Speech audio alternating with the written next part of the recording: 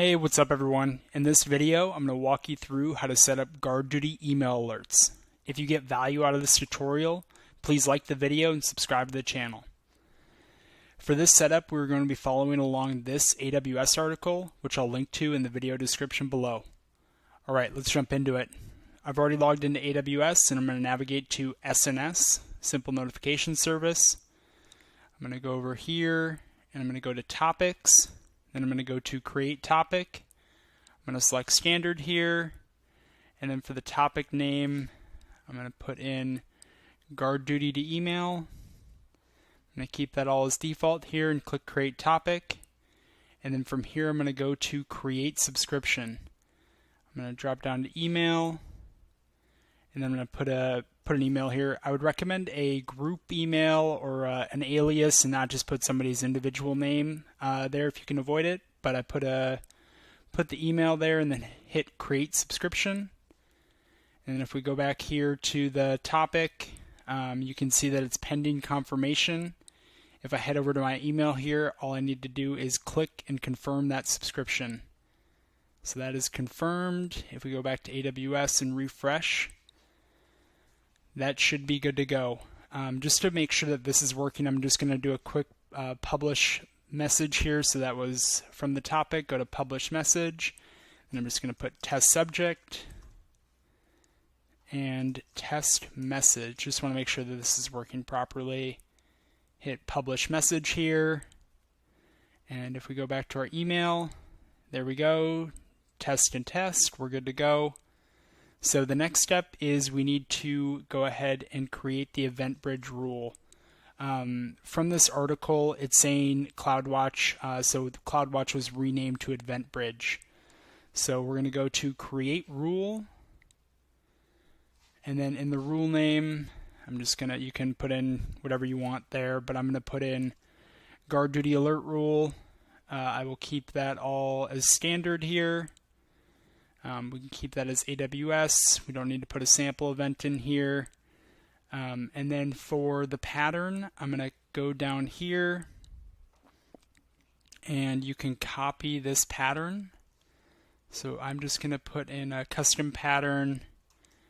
And then this is saying that it's going to be the GuardDuty source. From a severity perspective, I'm actually going to remove anything that's 4 or below.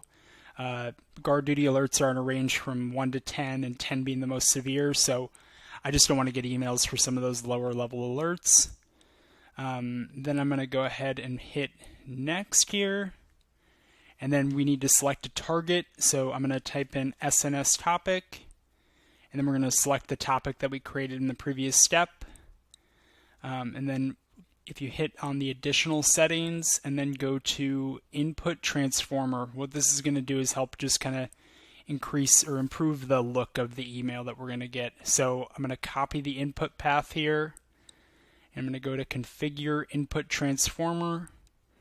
This is all optional with the sample event, but then we need to populate the input path.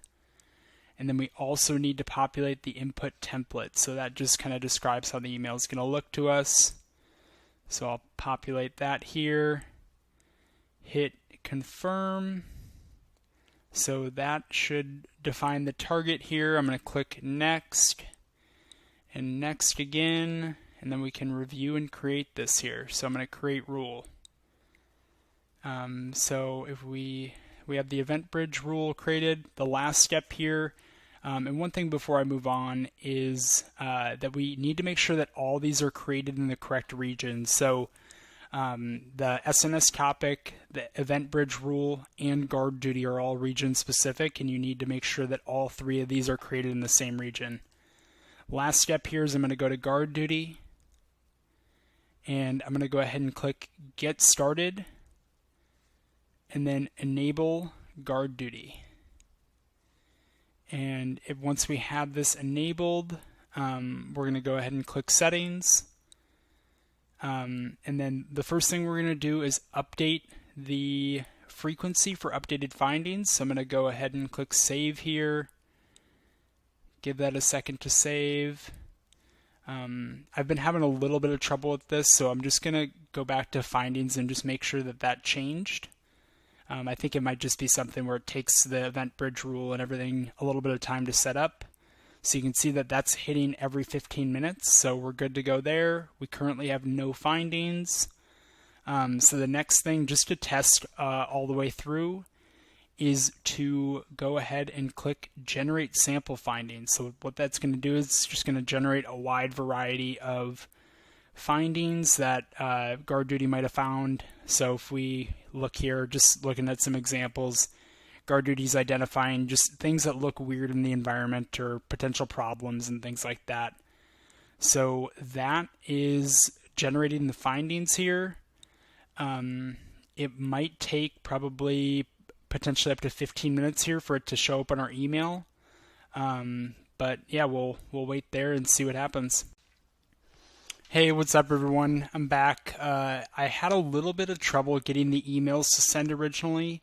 I think what the problem was is that the event bridge didn't set up in time and we had hit the generate new findings too quickly and it just didn't have time to refresh. So what I've done, and you can kind of see here, is that at about 30 minutes ago we sent out and did all that stuff, and then what I did was went back to GuardDuty, went back to settings, and then generated some more sample findings. So it did take 15 to 30 minutes, but I went back in here and generated new sample findings.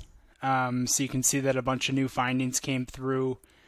And then now if we check our email, you're seeing all these AWS notifications with the GuardDuty alerts coming in and working properly. So like I said, it took some time, and I had to actually go back in and regenerate some alerts. But so just don't fret if it doesn't come through right away. Give it some time, go grab a cup of coffee or something, and you can hopefully get them figured out. So I really hope that helps. And then I'll just show you one last step to just kind of make sure that this goes away. So just with all these GuardDuty findings, we can just select all and then archive. And then hopefully that's a clean bill of health, and hopefully you never have 100 GuardDuty alerts all come through at once. That's it for this video. If you have any questions, please comment below. Thanks all. Happy auditing.